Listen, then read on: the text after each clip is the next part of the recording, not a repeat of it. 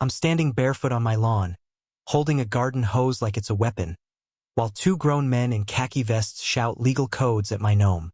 Karen's filming me with a GoPro strapped to her chest like she's HOA SWAT. Behind her, a drone buzzes over my fountain, and all I'm thinking is, how did we get here? How did decorative landscaping become a war crime? The drone short-circuits and crashes into a flaming citronella candle. Chaos. Screaming. Gregory the gnome still holding the sign that says, "This is not a war. This is a water feature." I sip my coffee. Calm.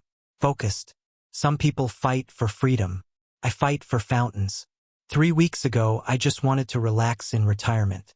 Maybe build a peaceful little fountain. Maybe watch the birds.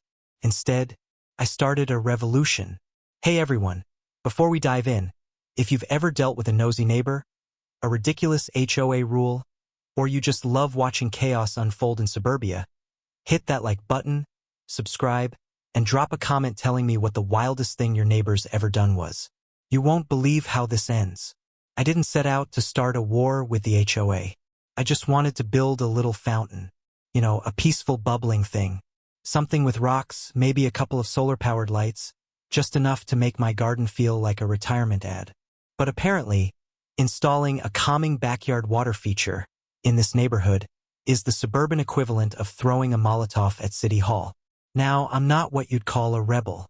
I'm 72. My knees crack when I stand.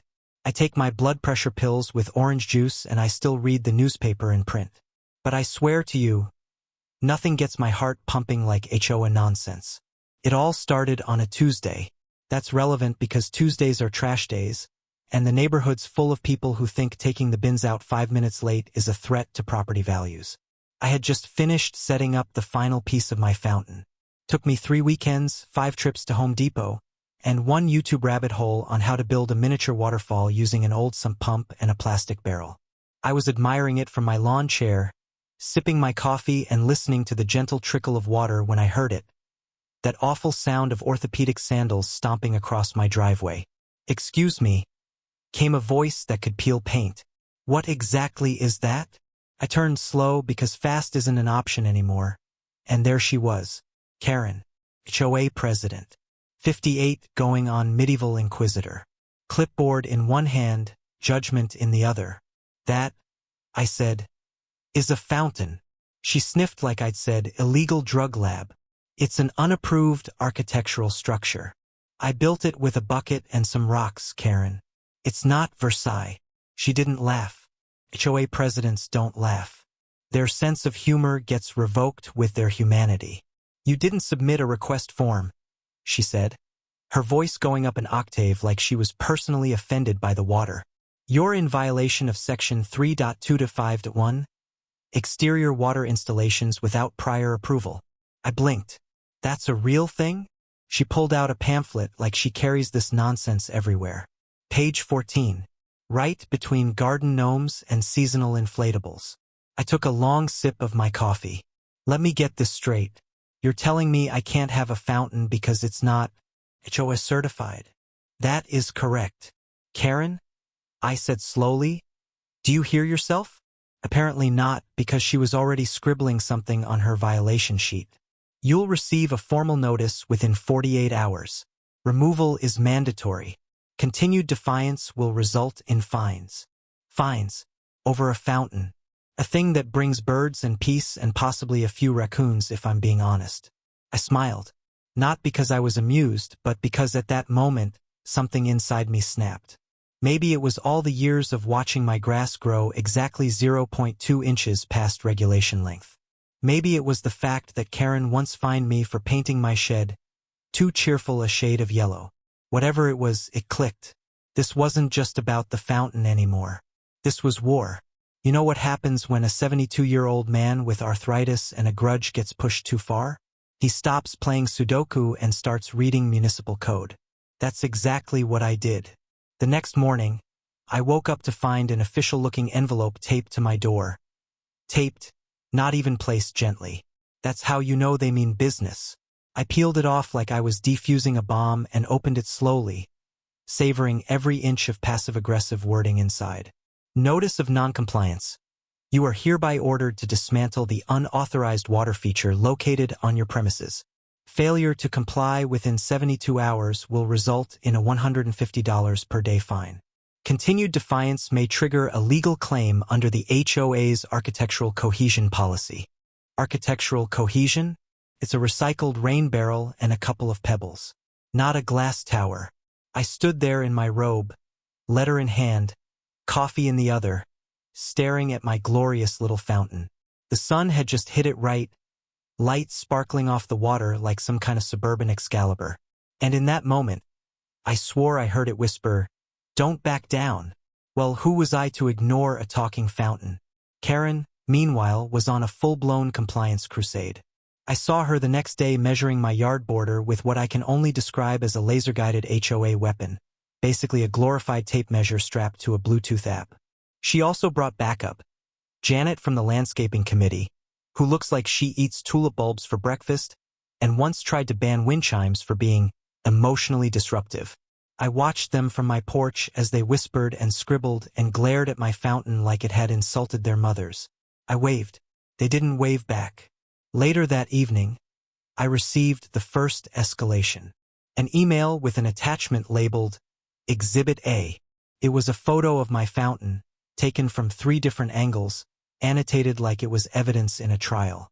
Karen's caption read, "Water feature infiltrates common visual zone, violates harmony clause." Harmony clause? What is this, a jazz band? I hit reply and simply wrote, "That's not a visual disruption, Karen. That's serenity." No response. By day 3, the fines had officially started. I got a bill $150 fine for the fountain, $25 penalty for non-communicative behavior, and a $10 administrative fee for processing my non-compliance. That's right, $10 for not responding to her nonsense fast enough. So I did what any reasonable man with nothing to lose would do. I printed the bill out, laminated it, and stuck it on the side of the fountain with a little sign that read, "Powered by HOA Rage. Come for the injustice. Stay for the trickling serenity." The next morning, someone took a selfie next to it. By the afternoon, 3 neighborhood kids had tossed pennies in and made wishes. That night, I installed LED lights that made the water glow blue. It looked like a magical pond from Narnia. I even added a plastic gnome named Gregory, who held a tiny protest sign that read, "This is what freedom looks like." Karen lost her mind. I know because she called me, "Mr. Jenkins?" she snapped, skipping past hello. "This has gone too far." "Oh, I agree," I said. "Did you see the lights? Beautiful, aren't they? Really captures the mood of unjust persecution." "You're mocking the HOA. Just holding up a mirror," she hissed through her teeth, like an actual hiss. I didn't even know humans did that outside of cartoons. "You have 24 hours to remove that thing," she barked, "or I'll be forced to escalate." "Escalate away," I said cheerfully. "But just so you know, I've been reading the bylaws too." I hung up. She called back. I didn't answer. Instead, I opened up my browser and spent the next 6 hours reading every dusty HOA clause I could get my hands on. I even joined a forum called Retirees Against Tyrannical Neighborhood Associations. Yes, it's real. Yes, they have merch. That's when I found it. The loophole. Buried in Appendix C, Paragraph 14, Footnote 3. A magical sentence that read, "Seasonal decorative structures may remain in place up to 45 days without prior review, provided they pose no safety hazard." Now here's the fun part. Nowhere in the document does it define what a seasonal decorative structure is. So the next morning, I sent Karen an email with a single line. The fountain is a seasonal Easter installation. It's currently hosting a nativity scene. The ducks are symbolic. I attached a photo of the fountain with 2 rubber duckies and a plastic egg floating on the surface. She didn't respond. But the next violation letter? Oh, it was furious. By now, the fountain had its own fan club. Kids loved it. Elderly walkers would stop by and comment on its soothing aesthetic. A dog named Moose refused to poop anywhere else. My mailbox was overflowing.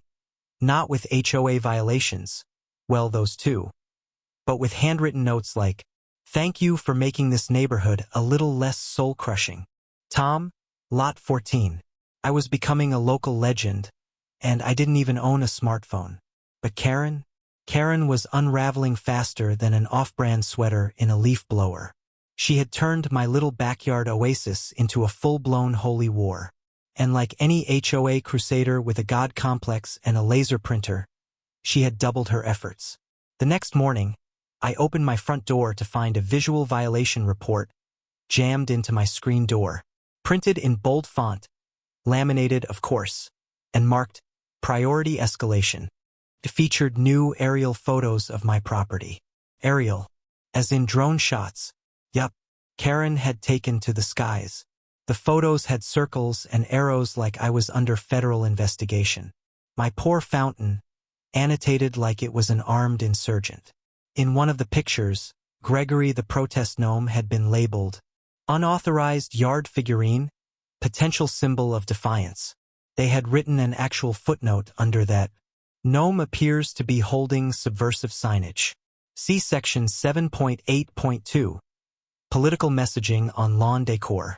I burst out laughing so hard I had to sit down. Then I framed it and hung it in my hallway, right next to my diploma and my bowling league trophy from 1993. But that wasn't the end. The HOA board, clearly inspired by Karen's descent into madness, assembled their own special compliance committee. This meant 3 people: Karen, Janet, aka Tulip Bulbs McGee, and an aggressive man named Clive, who looked like someone who gets into Facebook arguments about rain barrels. They started doing twice-daily drive-bys. Not strolls. Drive-bys. Karen would slow her Prius to a crawl, all 3 of them inside, scanning my yard like they were casing a bank. Clive had binoculars. I waved. Janet flipped me off.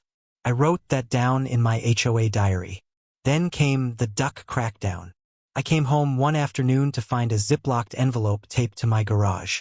Inside, one photo of my fountain. A circled duck with the caption, "This is not a seasonal decoration." And a new fine, $75 for improper use of avian figurines. Now I was being charged for rubber ducks. I emailed them back. Actually, those are religious ducks. Please see the Book of Quack, Chapter 3. No reply. By now I had a plan. I wasn't just reacting. I was orchestrating this. Slowly, methodically, pettily. I replaced the ducks with seasonal themes. In March, they wore bunny ears. April, little graduation caps. May, sombreros. I was creating a duck calendar. Gregory the protest gnome got a cousin. Judith the meditating hedgehog. She held a sign that said, "Inner peace is not HOA approved." Then I added music. Solar-powered Bluetooth speakers. Ambient stream sounds during the day. Gregorian chants at night. By the end of the week, my backyard sounded like a Buddhist monastery run by frogs. But Karen wasn't done. Oh no. One evening, as I watered my tomato plants, a man in a neon vest stepped onto my property holding a clipboard. He didn't say hello. He just barked, "I'm here for the audit." Of what? I asked, hands still on the hose. "The water feature," he said, like he was about to disarm a bomb. I narrowed my eyes. "You a city inspector?" "No," he said proudly. "I'm with the HOA's External Compliance Assessment Task Force." "You mean a cat?" I deadpanned. He didn't even blink. "Yes, that sounds fake." He held up a badge. It was laminated. It had a cartoon house on it. His name tag said, "Senior Auditor, Kyle." I nodded slowly. "Right, Kyle. You ever read the 4th Amendment?" Kyle looked unsure. "Is that one of the landscaping sections?" I turned the hose on. Full pressure. Right into the badge. He screamed and ran like I was wielding a fire hose. Karen came screeching around the corner 5 minutes later yelling something about harassment, legal action, and federal garden crime. But I wasn't listening. I had ducks to decorate. That night, I made a decision. No more waiting around. No more fines. No more audits. If the HOA wanted a war, they were about to meet the Napoleon of lawn resistance. When a man's rubber ducks are declared subversive and his backyard gnome is treated like a political dissident, there's only one thing to do. Lawyer up and dig deeper into the rulebook than the HOA ever expected. And lucky for me, my niece just finished law school and owed me a favor. So over tuna melts and root beer, we huddled at my kitchen table going line by line through the HOA's Architectural Integrity Charter, which sounds fancy but reads like it was written during a wine-fueled PDA meeting at 2 a.m. Page 17, buried in the middle of a section called Land Use Aesthetics, was my golden ticket. Decorative water features under 5 feet in height and without permanent plumbing may be considered exempt if installed with community-facing intent and seasonal presentation. Let me repeat that part. Community-facing intent. That's legalese for if the neighbors like it, you can't touch it. And the best part? I already had 3 signed notes from neighbors who loved the fountain, plus a 4th from a 6-year-old who drew a picture of it with the caption, "Mr. Jenkins has the best water noises." Boom. Community support. So I called a public notary, typed up a petition titled "In Support of the Neighborhood Fountain," stapled the notes, and submitted the entire packet to the HOA's office, which is really just Karen's guest bedroom with a fax machine. I made sure she had to sign for it. The next day I got the reply. It wasn't a reply. It was a cease and desist letter. Hand-delivered. Karen wore gloves like my rebellion was contagious. "This," she said, holding the envelope like it was a cursed scroll, "is your final warning." "Oh," I said, grinning. "Is this a cease and desist for joy? Or just ducks?" "You're mocking me," she snapped. "Only because I haven't invented a sarcasm fountain yet." That night, I launched Operation Fountain Freedom. I spent $22 on Facebook ads targeting the local zip code. My post read, "Neighborhood HOA trying to ban peaceful fountain installation loved by residents. Help stop the madness. Support your local water feature." The post went viral. By morning, the comments section was a war zone. "Let the man have his dang fountain. HOAs are just adult bullying rings with clipboards. Gregory the Gnome is a symbol of the working class." A guy from the local radio station reached out for an interview. I said yes. Next thing I know, I'm on live AM radio at 7:45 a.m., talking about decorative water rights while Karen probably choked on her kale smoothie. But the piece de resistance came the following Sunday. I hosted a Save the Fountain Garden party. Flyers went out, signs went up, and neighbors poured in.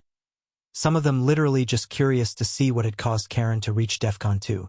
I wore a Hawaiian shirt, served lemonade, and gave tiny tours of the water-based spiritual landmark of the cul-de-sac. At 2:15 p.m., like clockwork, Karen arrived, marching up the driveway in her favorite pastel pantsuit, flanked by Clive and Janet like I'd summoned the HOA version of Cerberus. "This is an unauthorized gathering," she barked. "Karen," I said, holding out a glass of lemonade. "We're literally looking at rocks and ducks."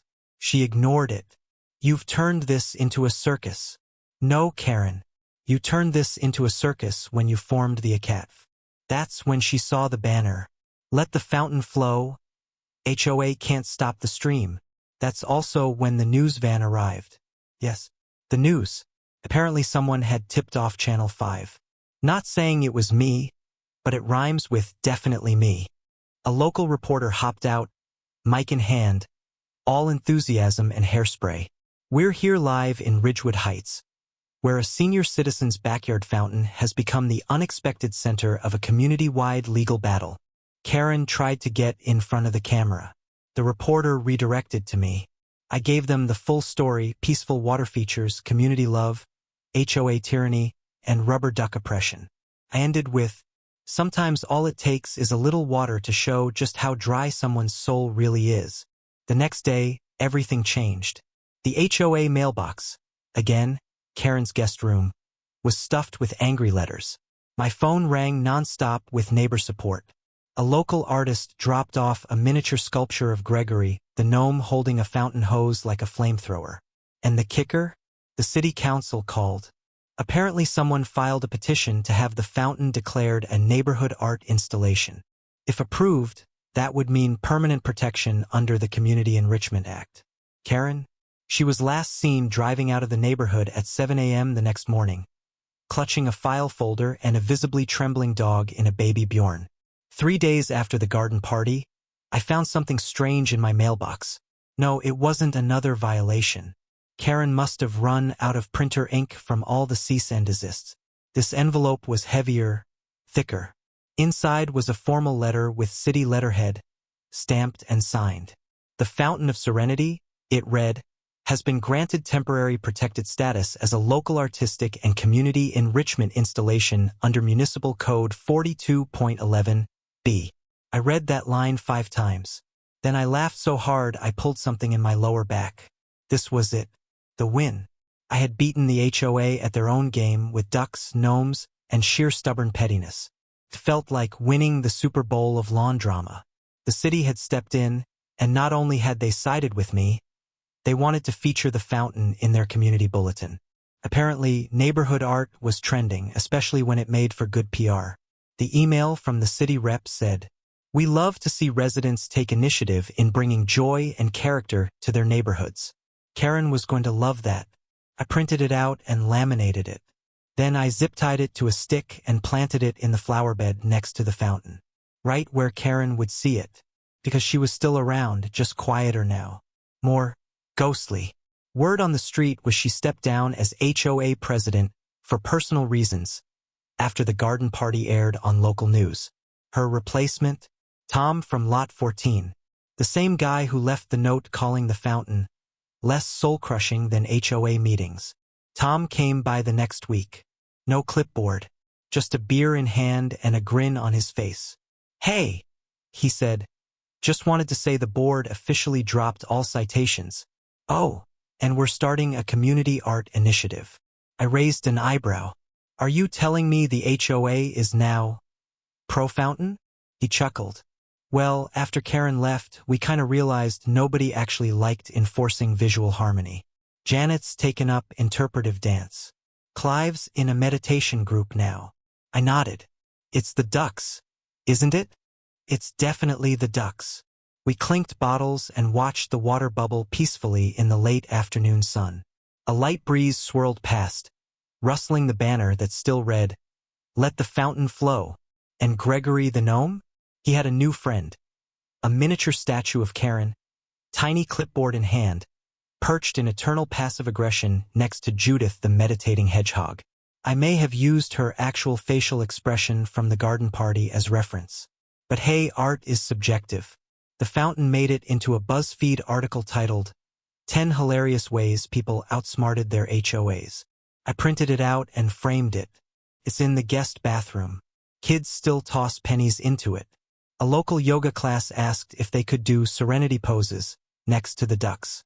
The city's talking about making it permanent. And as for me, I've been thinking of expanding. Not big, just a little koi pond. Maybe a tiny bridge. Something tasteful, decorative, completely unauthorized. Let them try to stop me.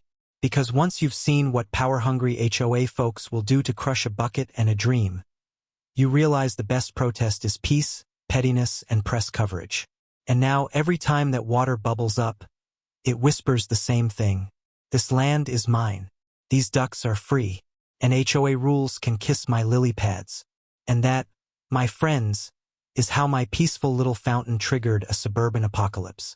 If you enjoyed this story, like, comment, and subscribe for more HOA horror tales, absurd suburban justice, and stories that prove lawn ornaments can be revolutionary. Comment below? Should I build a koi pond next? Or install a statue of Karen holding her own citation? See you in the next one, where someone's mailbox color might start a war.